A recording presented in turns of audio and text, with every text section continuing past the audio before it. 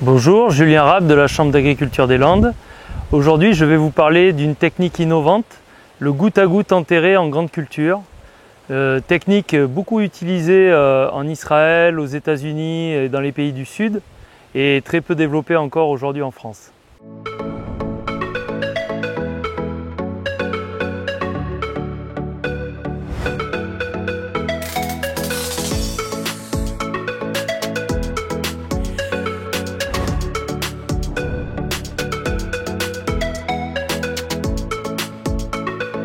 Ici, sur notre essai en sol sableux, nous avons obtenu 20 à 25% d'économie d'eau depuis 10 ans de suivi, aussi bien sur du maïs que sur du soja.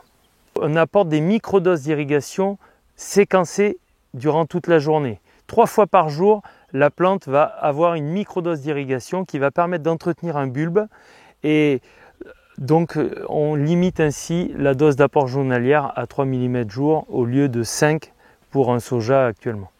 Ces résultats sont néanmoins à pondérer par rapport au type de sol et aux conditions pédoclimatiques locales.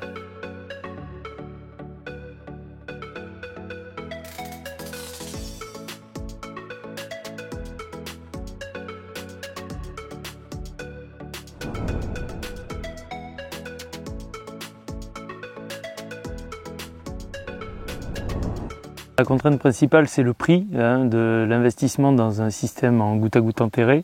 Alors le prix est relativement important par rapport à un système par aspersion conventionnel, puisqu'on est de l'ordre de 4 à 5 000 euros à l'hectare, contre un pivot où on va être entre 2 000 et 3 500 euros, et un enrouleur où on est entre 1 000 et 2 000 euros hectare. Donc là, ici, pourquoi on a des prix aussi élevés? On a nécessairement besoin d'une filtration qui est performante afin d'éviter tout risque de colmatage des gaines. Le deuxième inconvénient que l'on a, c'est le travail du sol. Évidemment, le goutte-à-goutte enterré, il est à 33 cm dans le sol. On ne peut pas imaginer un travail du sol à plus de 15 ou 20 cm maximum de profondeur. Donc, le travail du sol simplifié peut s'envisager, mais on privilégiera le travail en semi-direct. On a une contrainte aussi concernant les types de cultures qui vont pouvoir être envisagées sous notre goutte-à-goutte enterré.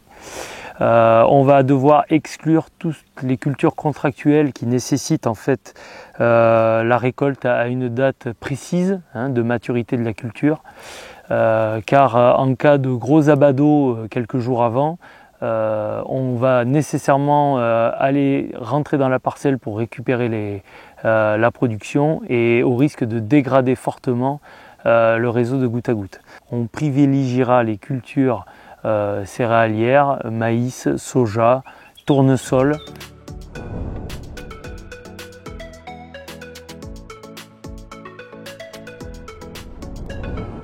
Alors un réseau de goutte à goutte, c'est une installation de filtration qu'on va implanter à l'arrivée d'eau sur la parcelle, un réseau de peignes d'alimentation sur lequel vont venir se connecter nos réseaux de gaines, un réseau de peignes de décharge, donc une canalisation sur lesquelles nos gaines vont venir se connecter et sur lequel va être installé des purges qui vont permettre de purger le réseau et éviter tout risque de colmatage. L'alimentation d'eau de la parcelle de goutte à goutte a été installée sur une ancienne prise qui servait à l'irrigation d'une position d'enrouleur. Donc là-dessus, on est venu mettre un filtre Atami de 200 microns qui va garantir la non-pénétration de particules fines dans le réseau de goutteurs. Et derrière, on a mis aussi une pompe doseuse qui permet d'injecter donc de l'engrais liquide par le réseau de gaines. Après être passé par le réseau de filtration, l'eau avant d'arriver dans les gaines est régulée en termes de pression par un régulateur de pression. On a aussi une ventouse qui va nous permettre de chasser l'air et un manomètre qui va nous permettre de contrôler la pression d'entrée du peigne. Alors la pression d'entrée, c'est très important, c'est ce qui va garantir le bon fonctionnement du réseau. Cette pression peut être amenée à augmenter ou à diminuer. Lorsqu'elle augmente, ça veut dire qu'il y a un colmatage dans le réseau de gaines. Lorsque la pression diminue, ça veut dire qu'il y a une fuite sur les gaines. Il y a un endroit où il y a une fuite. Il y a eu soit un incident sur la parcelle, soit un déboîtage. Ça peut arriver des fois d'un collier de prise en charge et auquel cas il va falloir retrouver les fuites. Fuites qui sont généralement situées en bordure de parcelle, donc on les retrouve très vite. Le système est implanté comme suit. La conduite d'alimentation est implantée à peu près à 80 cm de profondeur dans le sol, en bordure de parcelle. Elle passe ici le long du champ. Sur cette conduite d'alimentation, on vient fixer un collier de prise en charge avec un bout de gaine rigide qui va permettre lors du remplissage de la tranchée, lorsqu'on va reboucher la tranchée, on va éviter que la gaine se plie parce que la gaine du réseau d'irrigation, elle est souple.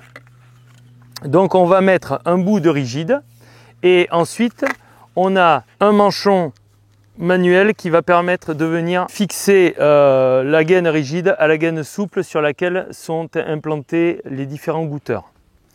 Donc la spécificité du goutte à goutte enterré, c'est qu'on est sur du polyéthylène en 0,6 mm d'épaisseur avec des goutteurs qui sont intégrés dans la gaine tous les 50 cm.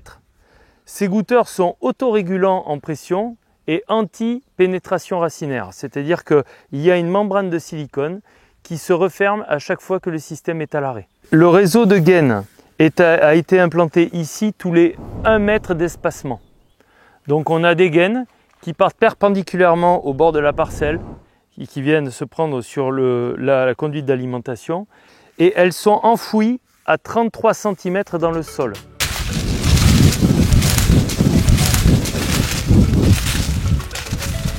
Donc on a plusieurs intérêts à utiliser le goutte à goutte enterré. Le premier bien sûr c'est l'économie d'énergie puisqu'on va travailler à 2 bars de pression à l'entrée de chaque parcelle. Ensuite on a l'économie d'eau, on a dit 20 à 25% selon les contextes, selon les types de sol et autres. Et ensuite, on a des avantages secondaires que sont l'automatisation du système. On a donc peu de temps à passer sur le fonctionnement puisque les arrêts et les démarrages se font de façon automatique. Il y a une temporalisation qui est mise. Au niveau agronomique, on constate que le goutte à goutte enterré limite l'humidité en surface du sol durant tout le cycle des cultures. Donc on limite quand même les levées de mauvaises herbes après implantation des cultures. La fertilisation est possible avec le goutte à goutte. On peut intervenir sur la parcelle durant tout le cycle de la culture, du début à la fin, sans avoir à rentrer dans la parcelle pour faire ces doses d'apport. Donc ça c'est assez intéressant.